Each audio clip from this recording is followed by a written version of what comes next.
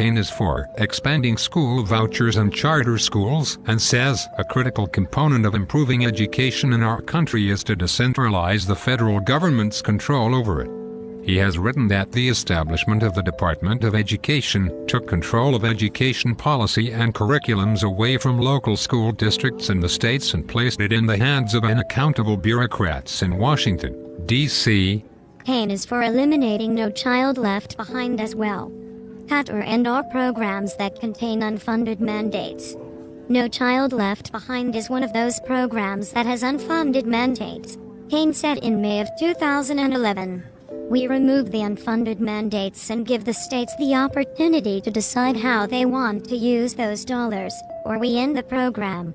Let the people closest to the problems decide on the solution. Cain favors legitimate and sweeping tort reform that lets doctors practice medicine without fear of frivolous lawsuits.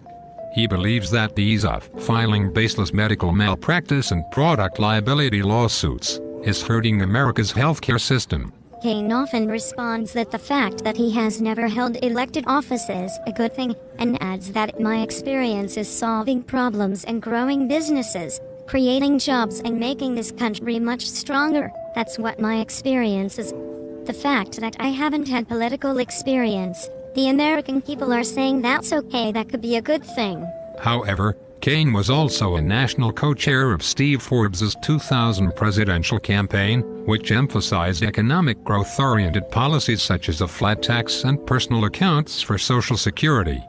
In 2008, Cain endorsed Mitt Romney for president, writing that Romney has successfully managed a real business with other people's money and some of his own. He has balanced budgets. He successfully led a turnaround situation with the Olympics. And he has spent more of his career outside government than inside. Republican candidates lose when the party apparatus, whose goal is to win elections, abandons the conservative base, whose goal is conservative policy solutions. Just 2 years ago, President George Bush and Senator Rick Santorum unconscionably endorsed liberal Senator Arlen Specter of Pennsylvania, who was in a primary race with conservative Congressman Pat Toomey. Specter won the primary, but Santorum ultimately paid the price. In this year's Rhode Island Republican Senate primary, the RNC openly supported liberal Senator Lincoln Chafee against his more conservative opponent, Steve Laffey.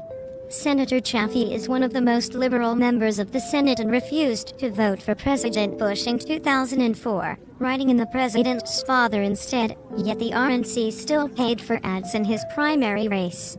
Rhode Island voters were not likely to nominate or elect a conservative, but the RNC's actions were heard across the fruited conservative plain. He clearly favors the repeal of Obamacare and wants health insurance premiums to be deductible regardless of whether they are purchased by the employer or the employee.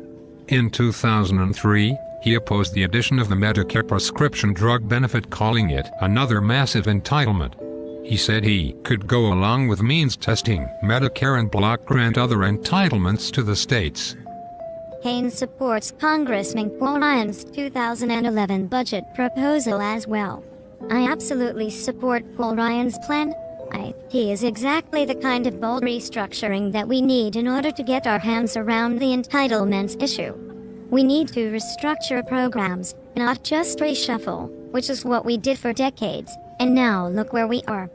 Cain supports the passage of a balanced budget amendment, and he opposes an increase in the federal debt ceiling. I couldn't wait till the debate of June 13th. Me too. We is a breath of fresh air. Go Cain 2012.